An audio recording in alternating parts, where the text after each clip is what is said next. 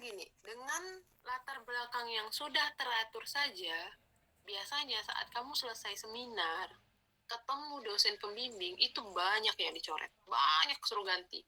Saat dasar kamu tidak kuat, itu kalau kamu disuruh diganti tuh kayak yang, oh iya, terus kalau ditanya sama dosen pembimbing, kenapa sih kamu bikin kayak gini? Dia bilang, oh itu bu, kemarin di sempro disuruh kayak gitu bu, atau oh kemarin dosen saya bilangnya kayak gini. Kamu akan cari pembenaran dari orang lain. Tapi kalau kamu memang sudah paham masalahnya apa saat bilang, ini kenapa sih kamu bilang kayak gini? Ini loh bu, berdasarkan data lapangan tuh kayak begini, ini tuh kayak gini gitu kan.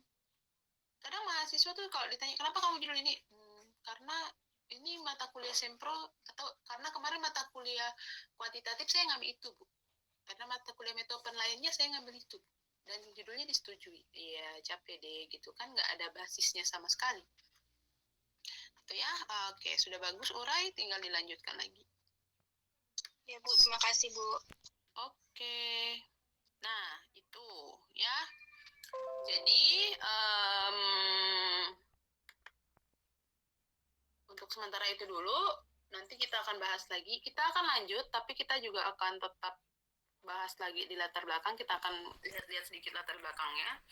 Nah, jadi untuk minggu depan itu kita tidak ada pertemuan secara Google Meet karena udah lebaran kan. Nah, tapi tugas akan tetap dikumpulkan. Makanya saya akan buat kolom tugasnya dari hari ini biar kalian bisa ngumpulin dari sekarang-sekarang. Nggak udah mepet baru kalian ngumpulin. Nanti kalian yang ada kalian kena ketok sama mak bapak gitu kan. Orang gimana takbiran sibuk, masa kita bikin ini asik ngadap laptop ya gitu kan. Nah, jangan jadikan mata kuliah saya sebagai alasan kalian nggak bantu mak bapak ya. Nah, awas ya. Nah, jadi minggu depan saya mau formatnya sudah seragam. Yang formatnya tidak seragam tidak akan saya koreksi. Pertama cover, kalau bisa judul sudah ada di cover. Itu. Lalu temuan masalah, masalahnya apa? Analisis masalah yang kedua. Yang ketiga itu adalah tawaran penyelesaian masalah. Yang keempat itu adalah penelitian yang relevan. Bagaimana cara menulis penelitian yang relevan? Itu adalah nama, tahun, judul, hasil penelitiannya.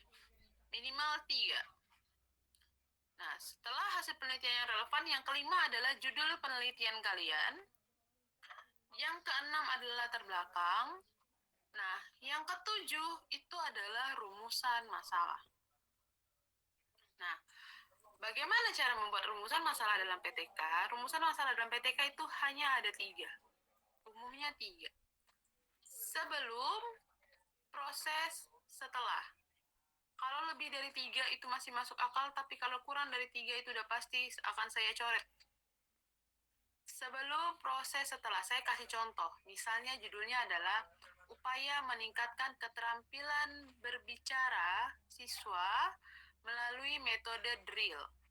Maka rumusan masalahnya yang pertama adalah bagaimana kemampuan berbicara siswa sebelum digunakan metode drill. Yang kedua adalah bagaimana pelaksanaan metode drill untuk meningkatkan kemampuan berbicara siswa. Yang ketiga adalah bagaimana kemampuan berbicara siswa setelah digunakan metode drill. Jadi sebelum, proses, setelah. Ya. Saya kasih contoh lain lagi. Misalnya, upaya meningkatkan hasil belajar siswa melalui metode PBL. Jadi, rumusan masalahnya yang pertama, bagaimana hasil belajar siswa sebelum diterapkan metode PBL. Yang kedua, bagaimana penerapan metode PBL untuk meningkatkan hasil belajar siswa. Yang ketiga adalah bagaimana hasil belajar siswa setelah diterapkan metode PBL. Paham ya? Halo? Paham. Nah ya, paham ya. Jadi 3, sebelum, proses, setelah. Nah, lalu udah yang ke-7 masalah. Yang ke-8 adalah daftar pustaka tetap ada. Nah itu, jadi itu yang harus dikumpulkan minggu depan. Lalu kalian juga sebaiknya siapkan bab 2. Walaupun tidak dikumpulkan minggu depan, tapi harusnya sudah siap. Bab 2 itu adalah apa-apa saja yang relevan dengan judul penelitian kamu. Hasil belajar ya hasil belajar, sesuaikan sama variabelnya. Bebas dan terikatnya harus ada di dalam bab 2. Udah bisa lah ya, kalau udah pernah bikin proposal ya. Nah itu disiapin aja, tapi yang dikumpulkan minggu depan itu hanya tambahan rumusan masalah. Gitu ya.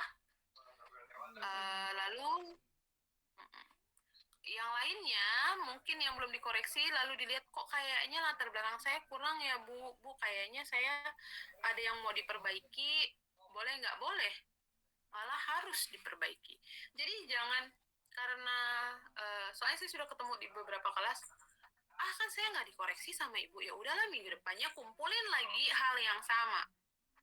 Itu bukan saya yang rugi, kalian yang rugi. Karena kalian tidak maju, teman kalian maju terus, kalian nggak maju. Udahlah nggak dikoreksi, kumpulin aja lah, Bu Ai juga nggak ini ngoreksi gitu kan.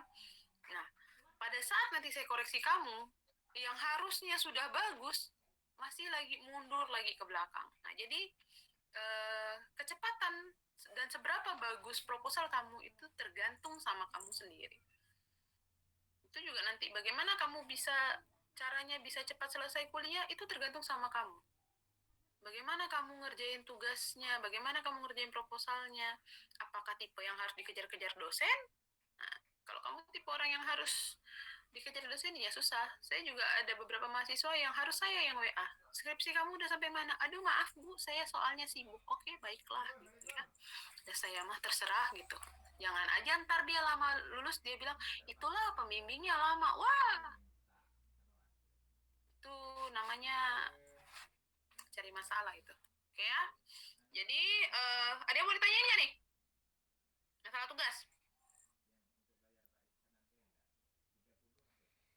Ada nggak? Bu, kalau Ala tuh masih bingung yang kerangka berpikir tuh Bu. Bingung mau buatnya tuh kayak gimana gitu. Enggak, kerangka berpikir itu tidak harus ada di dalam proposal. Itu boleh kamu tulis di mana aja. Yang penting membantu kamu dalam membuat latar belakang. Disusun Alda. Latar belakang itu kan dia kesenjangan antara harapan dan kenyataan. Jadi kamu harus bahas dulu harapannya seperti apa sih gitu kan. Harusnya pembelajaran kamu matematika tadi ya. Matematika tuh apa sih bagusnya, kenapa matematika penting, harusnya matematika itu seperti apa. Tapi kenyataannya begini. Nah, kenapa bisa muncul masalah kayak gini? Faktornya kenapa?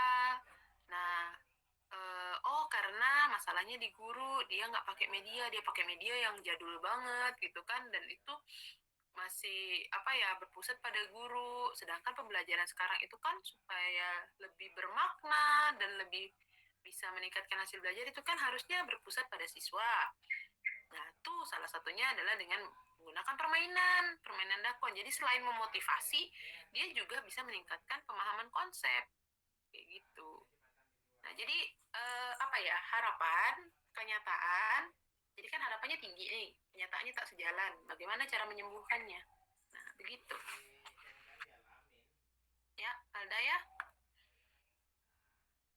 Iya, Bu. Oke, sip. Ada lagi yang mau nanya? Ini makin sepi aja kelasnya. Gak ada? Oke lah, kalau nggak ada, berarti saya cukupkan nih. Ada nggak nih? Nggak ada ya? Nggak ada, Bu, kayaknya. Oke, sip. Nah, jadi karena nggak ada, jadi saya cukupkan saja pertemuan hari ini. Karena minggu depan sudah lebaran dan kita tidak ada pertemuan, makanya saya dari sekarang saja saya ucapkan selamat lebaran. Mohon maaf lahir dan batin jika saya ada